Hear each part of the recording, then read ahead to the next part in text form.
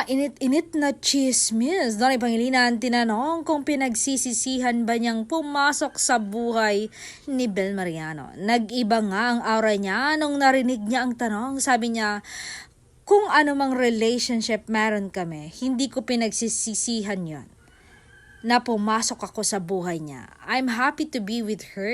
Yes, we're not perfect in our relationship. But for me, we're the best.